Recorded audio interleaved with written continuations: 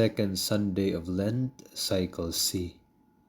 The community's Action in Solidarity and Association Jesus Solidarity are inviting you to listen to the Living Gospel for March 16.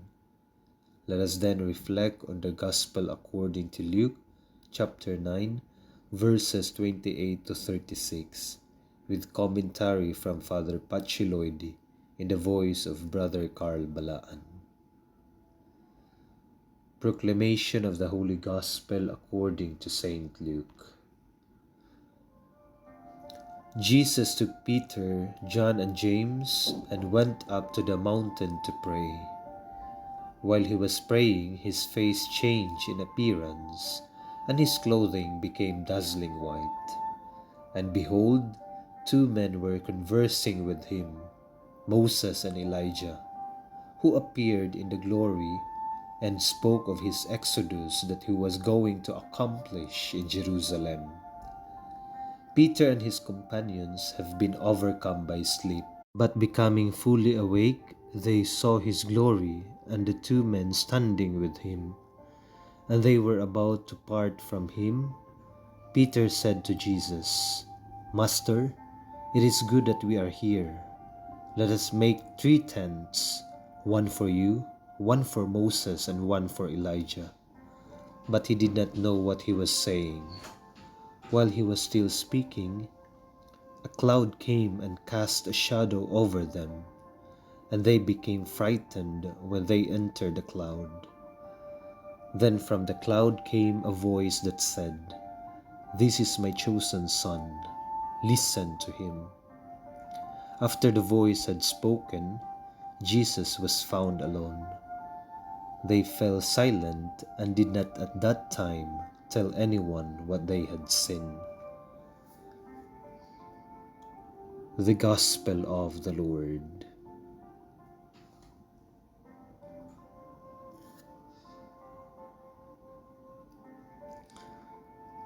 Fr Patxi's commentary.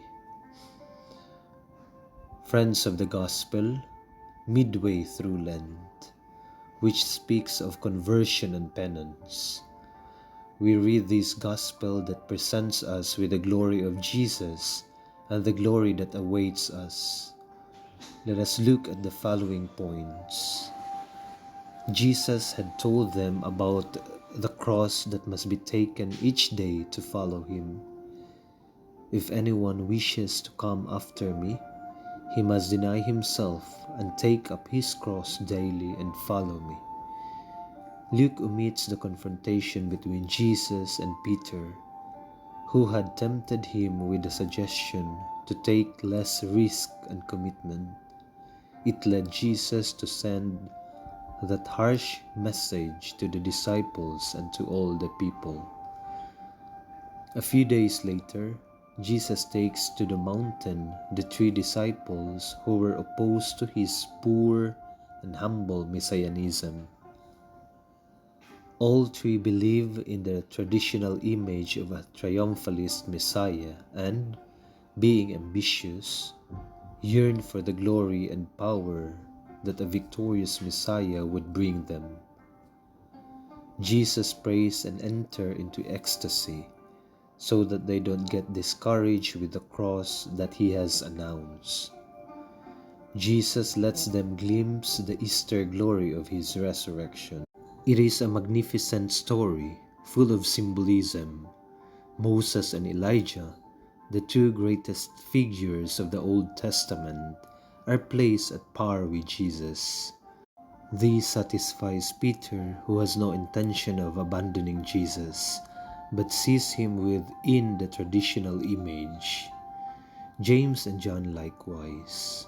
So Peter wants to remain in that situation, not precisely on the mountain, all his life. It is what the 3 tents indicate. The mountain recalls the manifestations of the God of the Old Testament in the sacred mountain. The cloud alludes to the one that enveloped Moses when God spoke with him. The fear of the 3 disciples is the reverential fear that accompanies all theophanies or manifestations of God.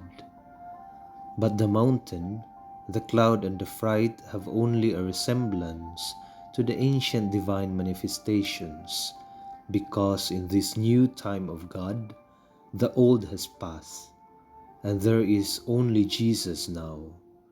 Jesus who, although resplendent, also carries with him the cross, which is clearly alluded to in the conversation he has with the two ancient characters. They talk about the exodus or departure that Jesus was going to fulfill in Jerusalem. The most powerful manifestation is the voice that comes out of the cloud, as in the Old Covenant, telling the three disciples who have close mind that Jesus and not another is God's beloved, whom they should listen to from now on. Words that are traced with adaptations to the ones Jesus heard in the ecstasy of his baptism. Finally, this revelation is sealed with the disappearance of Moses and Elijah, who lived all space to Jesus alone. He is our only Messiah, Savior, and Mediator. If we want to learn something from this magnificent story, it is that we should focus on Jesus today, tomorrow, and always, that everything else is secondary, that much of the secondary could be changed without problem, and that we have a lot of devotions, rituals, gestures, and clothing that obscure the only one who is important and necessary. Prayer. Listen to him. Who said that the transfiguration is a blow of breath amid the Lenten sacrifice?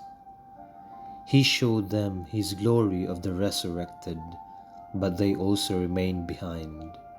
They were held by the pomp of the past. They had misplaced the time. There was no longer a Messiah, captain of victories, nor a Messiah, king handing out ministries. It was not Moses who received the messages on the mountain. He had completed his mission.